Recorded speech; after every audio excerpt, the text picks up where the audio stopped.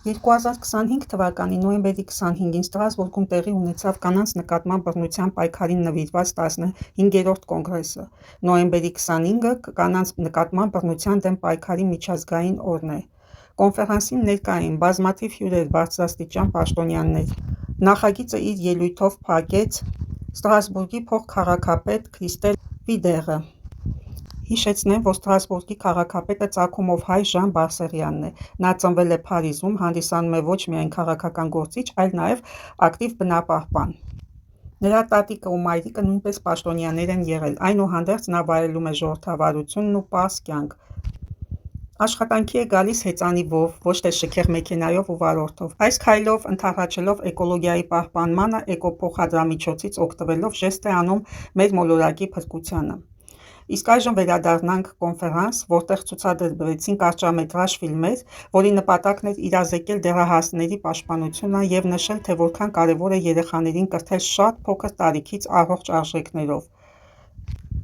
Պատկերները հուզականորեն շատ հզոր էին։ Դրանք ցույց էին տալիս կնոջ փխրունությունն ու ներքին ուժը, նրա խոցելիությունն ու վերականգնվելու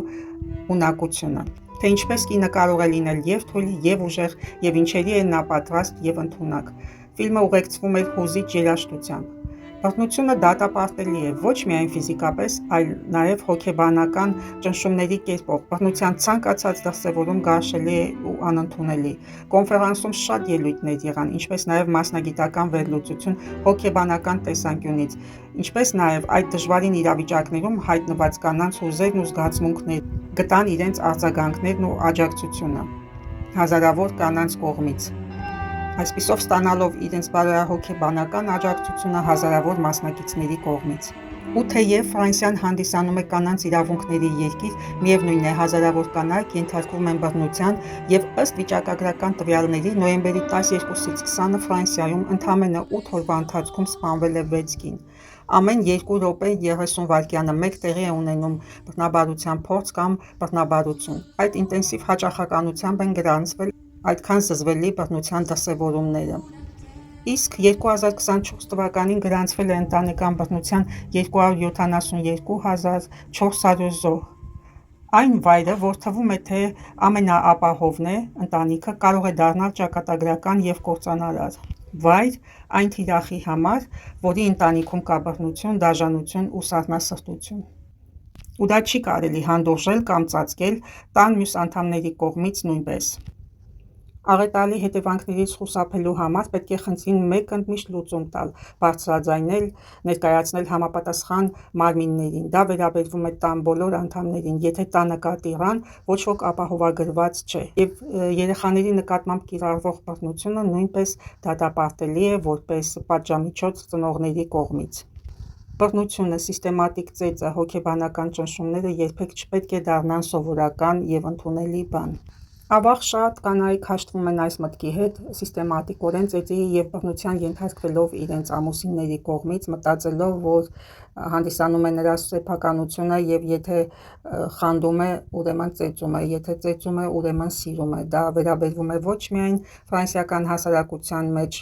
ապրող կանանց, այլ նաև ամբողջ աշխարհում և մասնավորապես այնպիսի երկրներում, ցավոք սրտի, ինչպես նաև Հայաստանն է, աֆրիկյան երկրներում կան տենց բազմաթիվ բռնության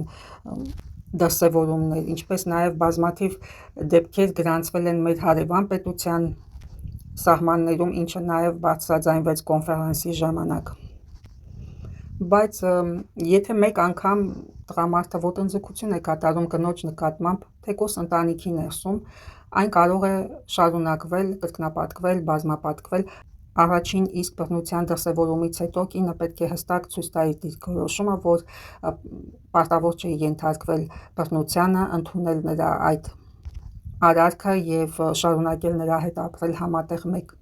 տանիքի տակ մի ընտանիքում։ Եթե մի անգամ ցուցաբերվել է բռնությունը, ապա դա բնականաբար շարունակական կլինի։ Եվ այստեղ տեղին չէ կնոջ մեծահոգությունը, ներելը, համբերելը ամենևին տեղին չէ, որովհետև դա կարող է ունենալ ճակատագրական հետևանքներ, ընդհուպ մինչև կյանքից զրկվելը և բացի այդ կինը նման ստորացուցիչ վերաբերմունքի արժանանում է հենց ամենասիրելի էակների ներկայությամբ, ենթադրենք երեխաների, ծնողների, եւ նման նվաստացուցիչ վերաբերմունքը անընդունելի պետք է դառնա ոչ միայն ընտանիքի ներսում, այլ նաեւ հասարակության կողմից, ընտանիքի մյուս անդամների կողմից եւ չպետք է հանդուրժվի բռնության որևիցե արարք կամ դրսևորում, ինչքան էլ լինի ամուր ընտանիքը, համենայն դեպս չի կարելի թույլ տալ այս տգեղ երևույթը բռնությունը ընտանիքի ներսում։ Իսկ ամուր է ում շնորհիվ բնականաբար կնոջ, որ փորձում է ծածկել շատ բաներ, հանդուրժել, պահպանելով ընտանեկան կառույցը հանուն երեխաների, հանուն ընտանեկան գույքի, բնակարանի եւ շատ այլ պատճառներով, ընդհանուր այն պատճառով, որ աշխատանք չունի, չի կարող իր երեխաներին հոգ տանել կամ խնամել, կամ էլ պարզապես մտածելով, որ ուղղակի դա ամոթ է, ինչ որ իր տեսանկյունով չնչին վեճի, ծեծի պատճառով խարխրել ընտանիքը։ Բայց ավելի ամոթ է նման նվաստացուցիչ իրավիճակում հայտնվել սեփական երեխաների իսկ աչքի առաջ եւ ունենալ հոգեբանական ճնշում, նաեւ թերարժեքության զգացում։ Մշտապես ծեծի եւ բռնության ենթարկված կինը չի կարող ունենալ առողջ հուզական եւ նյարդային համակարգ եւ ճիշտ դաստիարակություն տալ իր երեխաներին, նաեւ կարող է վատ օրինակ թողնել իր երեխաների համար, մանավանդ դեռահաս տղաների մոտ, որոնք նույնպես կփորձեն կրկնօրինակել իրենց հոր օրինակը։ Եվ այսպիսով պետք է զերծ մնալ նմանատիպ հանդուրժողական կեցվածքից եւ ես նույնպես միանում եմ այս կոչին, որ պետք է անհապաղ հեռանալ բռնություն գործող անհատից, ամուսնուց կամ ծնողից եւ սա պետք է լինի բոլորի կողմից այս կոչը, որպեսզի ոչ մեկ չհանդուրժի որևիցե չարագործի կամ նրա ներկայությունը կամ նրա բռնարարքները։ Եվ այսպիսով 2025 թվականին գրանցվել է 151 կնասպանություն, յուրաքանչյուր թվի հետևում կյանքեր են թաքնված, սիրելիներ, մենք պետք է բարձրաձայնենք ու իրազեկենք, դատապարտենք ցանկացած բռնության դրսևորում, առանց մի կաթիլ հանդուրժողականության։ Եթե ոչ միայն ընտանիքի անդամները, այլև ողջ հասարակությունը մերժի նման բռնության դրսևորումները եւ թիկունք կանգնի նման կանանց կողքին, ապա մենք կունենանք փոքր-ի-շատե այլ հասարակություն, առողջ հասարակություն, որտեղ կինը կլինի հարգված ու սիրված, ոչ թե անտեսված, լքված կամ բռնության ենթարկված։ Ես ինքս մասնակցեցի այս կոնգրեսին եւ ունեցա մեծ տպավորություններ, թե որքան աջակցություն տրվեց այն կանանց, որոնք ենթարկվել էին բռնության։ Ես հանդիսանում եմ հասարակական գործիչ, պաշտպանում եմ կանանց իրավունքները հասարակության մեջ եւ թիկունք եմ կանգնում նման կանանց, որպեսզի ստանան բարոյահոգեբանական աջակցություն։ Եվ կոչ եմ անում, որպեսզի բոլորը միանան այս շարժմանը, թիկունք կանգնելով նրանց, ինչպես նաեւ առողջ հասարակություն ունենալու գաղափարի շուրջ համախմբվելու։ Այսպիսով մենք կկանխենք այնպիսի չար արարքներ, որոնք ունենում են անդառնալի հետևանքներ ու կնպաստենք այն գործին, որ կլինեն ընտանիքներում խաղաղություն, բարություն, հանդուրժողականություն, միմյանց նկատմամբ խորը սեր ու հարգանք։ Սա շատ կարևոր է առողջ հասարակություն ձևավորելու համար, քանի որ հենց ընտանիքը հանդիսանում է այն բջիջը, որը հանդիսանում է հասարակության միավորը։ Եվ եթե մենք ունենանք առողջ հոգեբանորեն ու ֆիզիկապես առողջ ընտանիք, ապա կունենանք նաև առողջ հասարակություն։ Եկեք բոլորս միահամուռ կերպով միանանք այս շարժմանը, մեր աջակցությունը հայտնելով աշխարհի բոլոր կանանց ու նպաստենք այն բարի գործին, որ բոլոր ընտանիքներում տիրի խաղաղություն ու միություն։